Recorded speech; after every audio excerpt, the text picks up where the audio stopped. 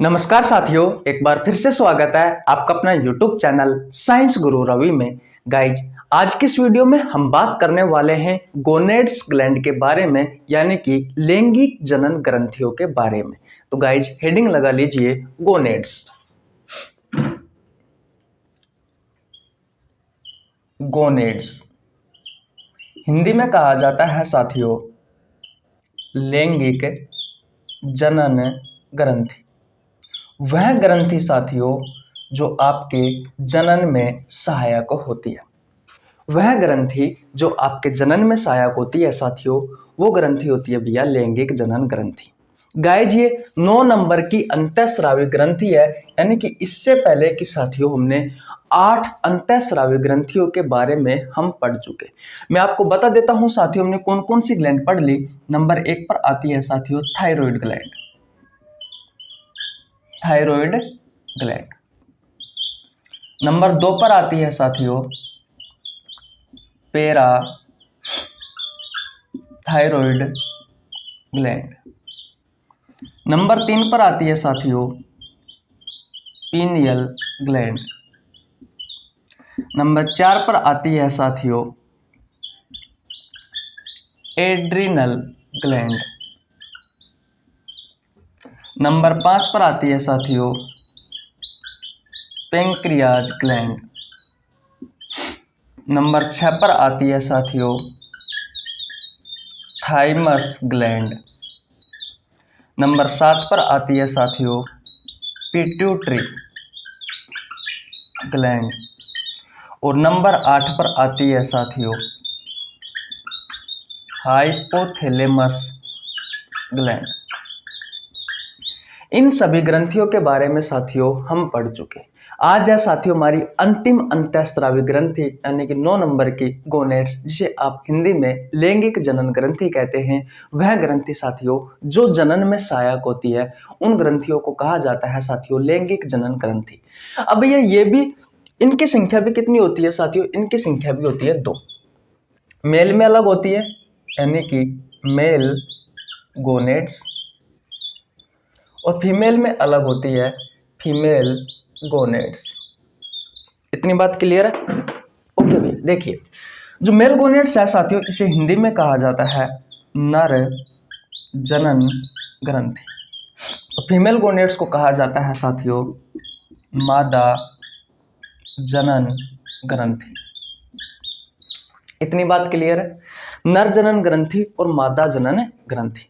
अब भैया बात यह आती है कि नर जनन ग्रंथि कौन सी है। तो देखिए नर जनन ग्रंथि होती है साथियों टेस्टिस, यानी कि वृषण। ये एक जोड़ी होती है साथियों। और जो मादा जनन ग्रंथि है वो होती है साथियों ओवरी, यानी कि अंडाशय। ये भी साथियों एक जोड़ी होती है। इतनी बात क्लियर है?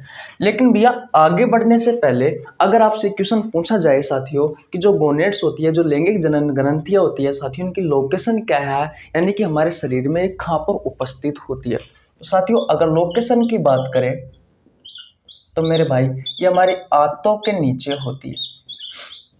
ये हमारी आंतों के नीचे होती है। बोलो इतनी बात आपको समझ में आई या नहीं आई? हम लैंगिक जनन ग्रंथियों के बारे में पढ़ रहे हैं साथियों। वह ग्रंथि जो आपके जनन में सहायक होती है, इनकी लोकेशन की बात करें तो ये हमारी आंतों के नीचे होती है। 2 प्रकार की होती है। एक होती है साथियों मेल में अलग होती है मेल गोनेड्स, और फीमेल में अलग होती है फीमेल गोनेड्स। यानी कि नर में साथियों अलग होती है नर जनन ग्रंथियां, मादा में अलग होती है मादा जनन ग्रंथियां। जो नर जनन ग्रंथि है साथियों जो नर में होती है उसका क्या नाम है? उसका नाम है साथियों टेस्टिस, यानी कि वृषण हिंदी में कहा जाता है। एक जोड़ी होती है। बात क्लियर है? मादा में साथियों जो जनन ग्रंथि होती है साथियों उसे कहा जाता है ओवरी, जिसे आप हिंदी में कहते हो अंडाशय। ये भी भैया एक जोड़ी होती है। इतनी बात क्लियर है? अब बात आती है साथियों कि इन ग्रंथियों से कौन कौन से हार्मोन निकलते हैं, और साथियों उन हार्मोन के क्या क्या कार्य हैं, और अक्सर साथियों वही आपसे एग्जाम में पूछे जाते हैं। देखिए भैया जो टेस्टिस होता है साथियों, इससे एक हार्मोन निकलता है। उस हार्मोन का नाम है साथियों टेस्टेस्टेरोन हार्मोन। ठीक है? ओके भैया, जो ओवरी है साथियों, इससे दो हार्मोन निकलते हैं। पहला हार्मोन निकलता है साथियों एस्ट्रोजन हार्मोन, और दूसरा निकलता है साथियों प्रोजेस्टेरोन हार्मोन। अब देखिए, बात यह आती है साथियों, किस तरीके से आपसे आपके प्रतियोगी परीक्षाओं में क्वेश्चन पूछा जाता है। आपसे पूछा जाए साथियों कि नर हार्मोन कौन सा है, नर हार्मोन, तो याद रखना साथियों, ये जो टेस्टोस्टेरोन हार्मोन है साथियों, ये है भैया नर हार्मोन। ठीक है। मादा हार्मोन के बारे में पूछे साथियों तो याद रखना, जो एस्ट्रोजन हार्मोन है साथियों, ये है भैया मादा हार्मोन। ये क्या है, ये मादा हार्मोन है। इतनी बात क्लियर है। अगर साथियों आपसे पूछा जाए कि प्रेगनेंसी हार्मोन कौन सा है, तो भैया ये जो प्रोजेस्टेरोन हार्मोन है, ये भैया प्रेगनेंसी हार्मोन है। बोलो भैया, ये कौन सा हार्मोन है साथियों, ये प्रेगनेंसी हार्मोन है। नर हार्मोन कौन सा है साथियों, टेस्टोस्टेरोन हार्मोन है साथियों। और भैया मादा हार्मोन कौन सा है, एस्ट्रोजन हार्मोन है। प्रेगनेंसी हार्मोन कौन सा है साथियों, ये प्रोजेस्टेरोन हार्मोन है। अब इन्हें क्यों कहा जाता है साथियों, ये याद रखना। टेस्टोस्टेरोन हार्मोन क्या करता है साथियों, जो नर जनन अंग है या नर जनन जो भाग है साथियों, मेल रिप्रोडक्टिव जो ऑर्गन्स है साथियों, उनकी ग्रोथ करवाता है। इसलिए साथियों इस हार्मोन को नर हार्मोन कहा जाता है। जो एस्ट्रोजन हार्मोन है साथियों, ये फीमेल रिप्रोडक्टिव ऑर्गन की ग्रोथ करवाता है, यानी कि मादा जनन अंग की या मादा जनन भाग की साथियों ग्रोथ करवाता है। इसलिए साथियों इसे क्या कहा जाता है, इसे मादा हार्मोन कहा गया है। बात आती है कि इसे साथियों प्रोजेस्टेरोन हार्मोन को प्रेगनेंसी हार्मोन क्यों कहा गया है, क्योंकि जब लड़कियां प्रेग्नेंट होती है साथियों, उस समय ये हार्मोन निकलता है, और इस हार्मोन का क्या कार्य है, दूध बनाने में सहायक होता है। तो एक एक हार्मोन के साथियों हम कार्य पढ़ने वाले हैं। आशा करता हूं ये कहानी आपको बहुत अच्छे से समझ में आ गई होगी। अब हम पढ़ेंगे साथियों कि टेस्टोस्टेरोन हार्मोन क्या करता है, एस्ट्रोजन हार्मोन क्या करता है, प्रोजेस्टेरोन हार्मोन क्या करता है। ये तो आपको समझ में आ गया है साथियों कि नर जनन ग्रंथि से तो कौन सा हार्मोन निकलता है और मादा जनन ग्रंथि से कौन सा हार्मोन निकलता है। नर जनन ग्रंथि से साथियों जो हमारी टेस्टिस है, जो वर्षण है, इससे निकलता है टेस्टोस्टेरोन हार्मोन। इसे क्या कहा जाता है, नर हार्मोन कहा जाता है। इतनी बात क्लियर है। और साथियों मादा जनन ग्रंथि कौन सी है, ओवरी है, अंडाशय है, एक जोड़ी होती है, इससे दो हार्मोन निकलते हैं। एस्ट्रोजन हार्मोन को मादा हार्मोन कहा जाता है, प्रोजेस्टेरोन हार्मोन को प्रेगनेंसी हार्मोन कहा जाता है। समझ में आ गई इतनी बात, ओके। मिटा देता हूं साथियों, एक एक हार्मोन के कार्य पढ़ते हैं। गाइस मेरा नाम रवि है, मैं सभी प्रतियोगी परीक्षाओं के लिए बायोलॉजी पढ़ाता हूं। जो कंटेंट आपको पेड कोर्स में उपलब्ध होता है, उससे अच्छा कंटेंट उपलब्ध कराने की कोशिश करता हूं। याद रखना साथियों, हम पढ़ रहे हैं भैया एंडोक्राइन सिस्टम वाला चैप्टर पढ़ रहे हैं, यानी कि अंतःस्रावी तंत्र वाला चैप्टर पढ़ रहे हैं। अंतःस्रावी तंत्र में साथियों हम अंतःस्रावी ग्रंथियों के बारे में पढ़ते हैं, और अंतःस्रावी ग्रंथियों की संख्या होती है साथियों 9, जिसमें से साथियों मैंने आपको अभी स्क्रीन पर बताई थी 8 ग्रंथि तो ये है, और 9वें नंबर की ग्रंथि ये है। तो साथियों हमने सबसे पहले इन 9 ग्रंथियों के बारे में डिटेल में समझा, इनसे कौन कौन से हार्मोन निकलते हैं साथियों, और वो उन हार्मोनों का कार्य क्या क्या है, ये अब तक हमने जाना। अब हम क्या करेंगे साथियों, जो एंडोक्राइन सिस्टम वाला चैप्टर है साथियों, इसको हम शुरुआत से स्टार्ट करेंगे, यानी कि इस वीडियो के बाद में कल से। फिर साथियों जैसे ही ये चैप्टर समाप्त हो जाता है बिल्कुल हाई लेवल तक, उसके बाद में साथियों हम एमसीक्यू सीरीज करवाएंगे। उसमें हम आपको बताएंगे कि आपके प्रतियोगी परीक्षाओं में आपसे किस प्रकार के क्वेश्चन पूछे जाते हैं। बात क्लियर है। तो सबसे पहले हम बात करते हैं साथियों नंबर 1 पर टेस्टोस्टेरोन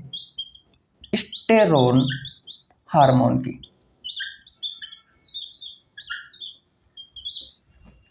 साथियों मैंने आपको बताया था कि इसे नर हार्मोन कहा जाता है। अगर आपसे क्वेश्चन पूछे साथियों, 4 ऑप्शन आ जाए कि निम्न में से नर हार्मोन है, एक टेस्टोस्टेरोन है, एक एस्ट्रोजन है, एक प्रोजेस्टेरोन है, और एक कौन सा भी हार्मोन ले लीजिए जैसे कि इंसुलिन हार्मोन है, तो भैया आपको नर हार्मोन कौन सा बताना है, टेस्टोस्टेरोन बताना है। इसका निर्माण किससे हुआ है साथियों, टेस्टिस से हुआ है, यानी कि वर्षण से हुआ है। और वर्षण क्या है साथियों, टेस्टिस बोला जाता है इंग्लिश में। ये साथियों नर जनन ग्रंथि है। ये क्या है साथियों, नर जनन ग्रंथि है। अब बात आती है साथियों कि ये कार्य क्या करता है, तो मैं आपको बता दूं साथियों नंबर 1 पर जो मेल रिप्रोडक्टिव ऑर्गन होता है, जो मेल रिप्रोडक्टिव जो ऑर्गन होता है उनकी ग्रोथ करवाने में सहायक होता है, उनकी ग्रोथ करवाता है। यानी कि मेल यानी कि नर जनन अंग की ग्रोथ करवाने में सहायक होता है साथियों। कौन सा हार्मोन भैया? ये टेस्टोस्टेरोन हार्मोन।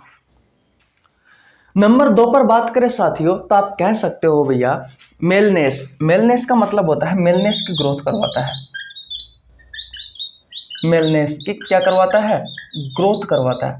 मेलनेस का मतलब होता है साथियों जिससे आपकी मर्दानगी साबित हो साथियों, उनमें ये क्या करवाता है भैया? ग्रोथ करवाता है।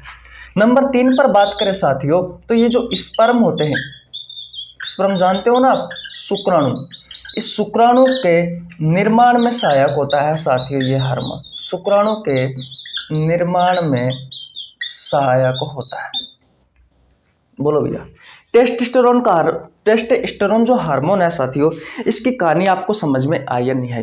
स्क्रीनशॉट नहीं लिया तो स्क्रीनशॉट ले लीजिए साथियों, एक बार और रिवीजन करवा देते हैं साथियों। नर जनन अंग की ग्रोथ करवाता है। नर के साथियों वो ऑर्गन जो जनन में सहायक होते हैं उनकी ग्रोथ करवाता है साथियों। नंबर 1 कार्य है टेस्टोस्टेरोन हार्मोन का। दूसरा मेलनेस की ग्रोथ करवाता है, जो आपको यह साबित करे कि आप मर्द हो या आपकी मर्दानगी को साबित करे साथियों, उसकी ग्रोथ करवाता है भैया ये हार्मोन। नंबर 3 पर बात करें तो स्पर्म जो होते हैं साथियों, जो शुक्राणु होते हैं भैया, उनकी ग्रोथ करो, उनको निर्माण में सहायक होता है ये हार्मोन। अब बात करते हैं साथियों मादा जनन ग्रंथि। मादा जनन ग्रंथि नाम क्या है साथियों? ओवरी। हिंदी में कहा जाता है अंडाशय। एक पेयर में होती है, 2 हार्मोन निकलते हैं। एक निकलता है साथियों एस्ट्रोजन